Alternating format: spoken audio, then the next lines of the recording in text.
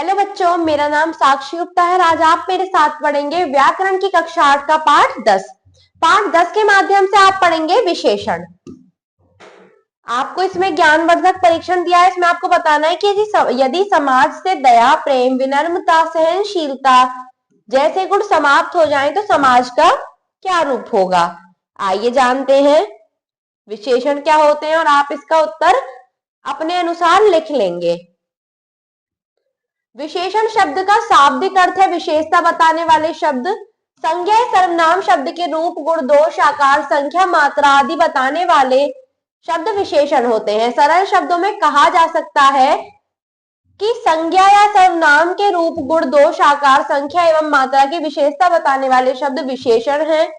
और विशेष्य क्या है कि जिन संज्ञा सर्वनाम शब्दों की विशेषता बताई जाती है वे विशेष्य कहलाते हैं। जैसे अंकुर ईमानदार है, मैंने 5 किलो बर्फी तुलवाई। अंकुर ईमानदार है, इसमें विशेषण है ईमानदार और विशेष्य है अंकुर। मैंने 5 किलो बर्फी तुलवाई, विशेषण है 5 किलो और विशेष्य है बर्फी। कक्षा में 40 बच्चे हैं, विशेषण 40 और विशेष्य बच्चे। ये वह दीवार कमजोर है, विशेषण कमजोर और विशेष्य दीवार। उपर्युक्त वाक्यों में ईमानदार, 5 किलो, 40 तथा कमजोर शब्द क्रमशः अंकुर, बर्फी, बच्चे, दीवार आदि में गुण, मात्रा, संख्या, रूप या अवस्था का बोध करा रहे हैं। अतः सरल शब्दों में ईमानदार, 5 किलो, 40 तथा कमजोर शब्द विशेषण है और अंकुर, बर्फी, बच्चे तथा दीवार शब्द विशेष्य है। आइए देखते हैं विशेषण के भेद। विशेषण के 4 भेद होते हैं: गुणवाचक विशेषण, परिमाणवाचक विशेषण, संख्यावाचक विशेषण और सार्वनामिक विशेषण। गुणवाचक विशेषण क्या होता है कि जो विशेषण किसी संज्ञा अथवा सर्वनाम के गुण, दोष, रूप, रंग, आकार, स्थान, काल, स्वाद, दिशा इत्यादि का बोध कराते हैं वे गुणवाचक विशेषण कहलाते हैं। जैसे सुमित मेधावी छात्र है, हमने नया घर खरीदा है। प्रमुख गुणवाचक विशेषण निम्न प्रकार है: गुण, दोष, सरल, दुष्ट, भला, विनम्र, दयालु, सच्चा, झूठा, ईमानदार, बेईमान, क्रोधी, बुद्धिमान इत्यादि। रंग, रूप, काला, सफेद, नीला, पीला, हरा, गुलाबी, गेहुआ, सुनहरी, चमकीला इत्यादि। आइए चलते हैं अगले पृष्ठ पर। अगला पृष्ठ है, अगले आपको दिए गए हैं कुछ और विशेषण, जैसे आकार, प्रकार, छोटा, बड़ा, गोल, लंबा, चौड़ा, खुरदरा, विशाल, सूक्ष्म, मोटा, पतला इत्यादि। दशा, नया, पुराना, स्वस्थ, बीमार इत्यादि। देश काल, जापानी, चीनी, रूसी, राष्ट्रीय, अंतरराष्ट्रीय, प्राचीन, आधुनिक, दैनिक, वार्षिक, ऐतिहासिक, ग्रामीण, शहरी इत्यादि। अवस्था, तरुण, युवा, प्रौढ़, बूढ़ा, सूखा, द्रव, शुष्क, शैशव इत्यादि।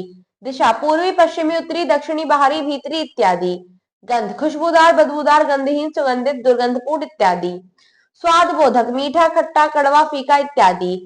संख्यावाचक विशेषण, जो विशेषण शब्द किसी संज्ञा अथवा सर्वनाम की संख्या विशेषता का बोध कराते हैं उन्हें संख्यावाचक विशेषण कहते हैं। जैसे सार्थक मुझसे दुगुना बोलता है, हमारे पास 10 चॉकलेट है। संख्यावाचक विशेषण के 2 भेद होते हैं: निश्चित संख्यावाचक विशेषण और अनिश्चित संख्यावाचक विशेषण। निश्चित संख्यावाचक विशेषण क्या होते हैं कि जो विशेषण किसी संज्ञा अथवा सर्वनाम की निश्चित संख्या का बोध कराते हैं उन्हें निश्चित संख्यावाचक विशेषण कहते हैं। जैसे अमर के पास 50 रुपए हैं, ट्रेन में 100 यात्री यात्रा कर रहे हैं। निश्चित संख्यावाचक विशेषण के 6 भेद होते हैं: क्रम बोधक, पहला, दूसरा, छठा, 25वां, 100वां इत्यादि। प्रत्येक बोधक, प्रतिदिन, प्रतिमाह, 1 1, 4 4 इत्यादि। आवर्ती बोधक, दुगुना, तिगुना, चौगुना, 10 गुना इत्यादि।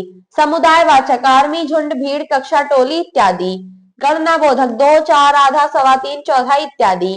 समुच्चय बोधक, दर्जन, जोड़ा, शतक इत्यादि। आइए चलते हैं आगे अनिश्चित संख्यावाचक विशेषण पर। जो विशेषण किसी संज्ञा अथवा सर्वनाम की निश्चित संख्या का बोध नहीं कराते हैं उन्हें अनिश्चित संख्यावाचक विशेषण कहते हैं। जैसे कुछ रुपए मुझे दे दीजिए, अद्विक को थोड़े सेब दे दीजिए। परिमाणवाचक विशेषण, जो विशेषण शब्द संज्ञा अथवा सर्वनाम की परिमाण संबंधी विशेषता का बोध कराते हैं उन्हें परिमाणवाचक विशेषण कहते हैं। जैसे दादाजी 2 किलो चावल लाए, 2 मीटर कपड़े में मेरी कमीज 2 मीटर कपड़े में बनती है। परिमाणवाचक विशेषण के 2 भेद होते हैं: निश्चित परिमाणवाचक विशेषण और अनिश्चित परिमाणवाचक विशेषण। निश्चित परिमाणवाचक विशेषण क्या है कि जो विशेषण शब्द किसी संज्ञा अथवा सर्वनाम के निश्चित परिमाण का बोध कराते हैं उन्हें निश्चित परिमाणवाचक विशेषण कहते हैं। जैसे अमन ने 10 क्विंटल चावल खरीदे। विवेक 5 किलो तेल लाया। आइए चलते हैं आगे। अनिश्चित परिमाणवाचक विशेषण। जो विशेषण शब्द किसी संज्ञा अथवा सर्वनाम के अनिश्चित परिमाण का बोध कराते हैं उन्हें अनिश्चित परिमाणवाचक विशेषण कहते हैं। जैसे सागर ने बहुत खाना खाया, मैंने थोड़ा कार्य किया है। सार्वनामिक विशेषण। जब विशेषण सर्वनाम या संज्ञा से पहले लगकर उसकी विशेषता बताते हैं तो वे सार्वनामिक विशेषण कहलाते हैं। इन्हें संकेतवाचक या निर्देशवाचक विशेषण भी कहते हैं। जैसे उस लड़की ने फूल तोड़े, वह आम खट्टा है। आइए चलते हैं आगे। सर्वनाम तथा सार्वनामिक विशेषण में अंतर। जो शब्द संज्ञा के स्थान पर प्रयोग किए जाते हैं वे सर्वनाम कहलाते हैं। यदि सर्वनाम शब्दों का प्रयोग संज्ञा से पहले होता है तो संज्ञा के विशेषण के रूप में प्रयोग होने के कारण ये सार्वनामिक विशेषण कहे जाते हैं। जैसे उसने तुझे 1000 रुपए दिए, सर्वनाम। उस विद्यालय का बगीचा बड़ा है, सार्वनामिक विशेषण, क्योंकि इसमें उसके बाद क्या आ रहा है, विद्यालय, और विद्यालय क्या होता है, संज्ञा।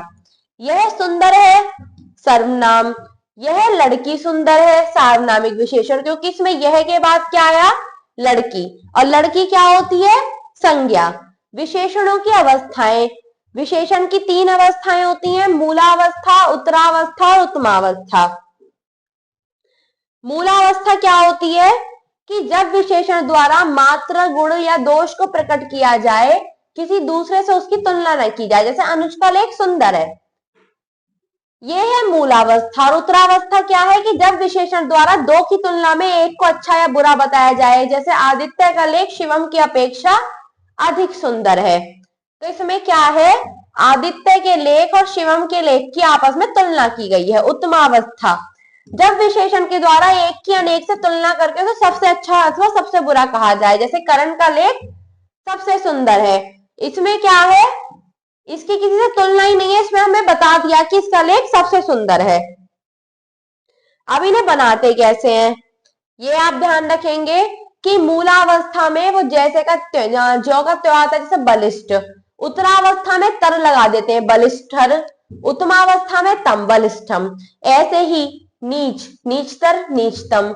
महान, महानतर, महानतम। लघु, लघुत्तर, लघुतम। अधिक, अधिकतर, अधिकतम। न्यून, न्यूनतर, न्यूनतम। उच्च, उच्चतर, उच्चतम। दीर्घ, दीर्घतर, दीर्घतम। आइए चलते हैं अगले पृष्ठ पर। निकट, निकटतर, निकटतम। गुरु, गुरुतर, गुरुतम। सुंदर, सुंदरतर, सुंदरतम। श्रेष्ठ, श्रेष्ठतर, श्रेष्ठतम। सरल, सरलतर, सरलतम। विशेषण शब्दों का निर्माण। कुछ शब्द मूल रूप से ही विशेषण होते हैं, जैसे छोटा, बड़ा, मोटा, चतुर, सुंदर, पतला, बुद्धिमान, श्रेष्ठ इत्यादि। और कुछ विशेषण शब्द संज्ञा, सर्वनाम, क्रिया अथवा अव्यय में प्रिय प्रत्यय लगाकर बनाए जाते हैं। जैसे संज्ञा शब्द से निर्मित विशेषण। विकास इत, विकसित। भूगोल इक, भौगोलिक। स्वर्ण इम, स्वर्णिम। दर्शनीय, दर्शनीय। धनवान, धनवान। शिक्षा इत, शिक्षित। संस्कृति इक, सांस्कृतिक। अंत इम, अंतिम। आदर ये, आदरणीय। गुणवान, गुणवान। आइए देखते हैं सर्वनाम से निर्मित विशेषण। तुम सा, तुम सा। मैं सा, मुझ सा। क्रिया से निर्मित विशेषण। देखना आवटी, दिखावटी। चलना ऊ, चालू। बिकना आऊ, बिकाऊ। बनाना आवटी, बनावटी। भागना ओढ़ा, भगोड़ा। पढ़ना आकू, पढ़ाकू। अव्यय से निर्मित विशेषण। आगे ला, अगला। बाहर ई, भारी। पीछे ला, पिछला। ऊपर ई, ऊपरी। हमने इस पाठ के माध्यम से क्या सीखा, हमने सीखा कि जो शब्द संज्ञा और सर्वनाम शब्दों की विशेषता प्रकट करते हैं उन्हें विशेषण कहते हैं। विशेषण के 4 भेद होते हैं, गुणवाचक, संख्यावाचक, परिमाणवाचक तथा सार्वनामिक विशेषण। आइए चलते हैं आगे। इसके अभ्यास पर अब करने की बारी। सही विकल्प पर सही का चिन्ह लगाइए। संज्ञा सर्वनाम शब्दों की विशेषता प्रकट करने वाले शब्दों को कहते हैं विशेषण। विशेषण के कितने भेद होते हैं, 4। तुलना की दृष्टि से विशेषण की कितनी अवस्थाएं होती हैं, 3। संख्यावाचक विशेषण के कितने भेद हैं, 2। आइए चलते हैं आगे। सही शब्द चुनकर रिक्त स्थान भरिए। इसमें आपको क्या करना है कि रिक्त जो शब्द दिए गए हैं वो रिक्त स्थान में भरने हैं। जो शब्द संज्ञा सर्वनाम के गुण, दोष, रंग, आकार आदि के विषय में बताएं उन्हें गुणवाचक विशेषण कहते हैं।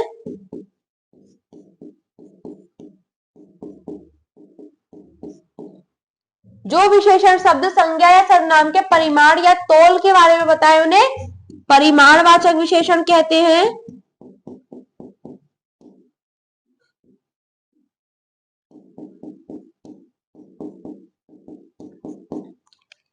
जो विशेषण शब्द संज्ञा या सर्वनाम की संख्या के बारे में बताए उन्हें संख्यावाचक विशेषण कहते हैं।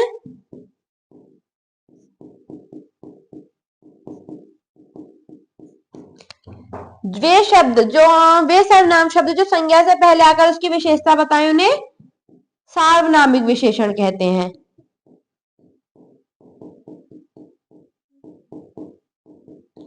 आइए चलते हैं आगे। निम्नलिखित विशेषण और विशेषणों के बीच सही मिलान कीजिए।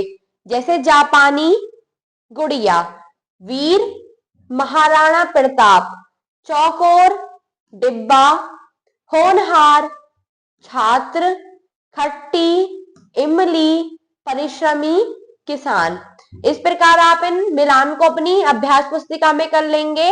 अगला है निम्नलिखित संज्ञा शब्दों से विशेषण बनाइए। जैसे तुम, तुमसा, बंगाल बंगाली। आइए चलते हैं आगे। आगे है स्वदेश स्वदेशी, दिन दैनिक,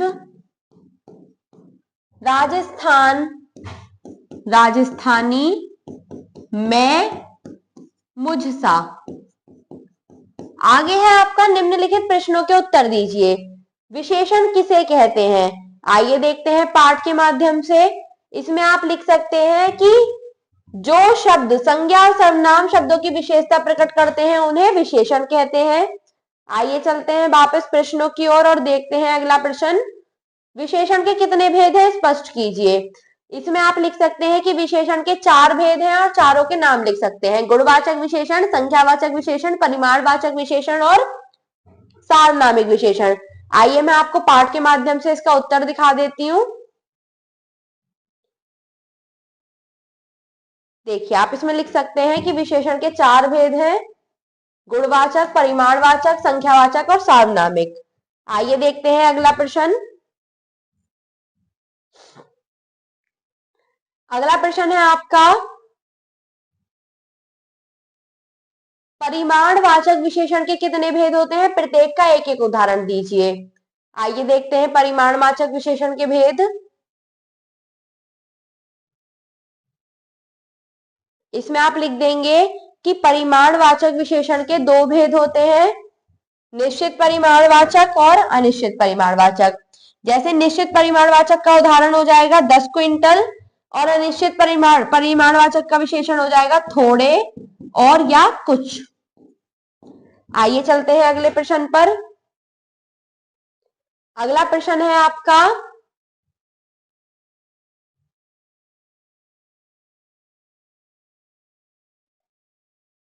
संख्यावाचक विशेषण और परिमाणवाचक विशेषण में क्या अंतर होता है? संख्यावाचक विशेषण में किसी संख्या की बात की जाती है और परिमाणवाचक विशेषण में किसी वस्तु की तोल या उसकी मात्रा की बात की जाती है। निश्चित संख्यावाचक विशेषण से आप क्या तात्पर्य है? इसे कितने भागों में वर्गीकृत किया जा सकता है? स्पष्ट कीजिए। आइए देखते हैं इसका उत्तर।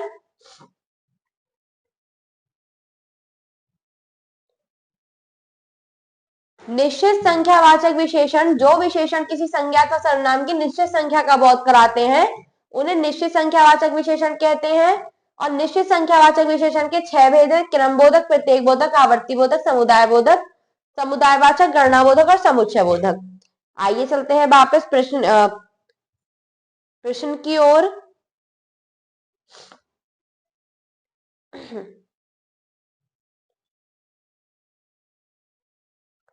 तुलनात्मक दृष्टि से विशेषण की कितनी अवस्थाएं होती हैं?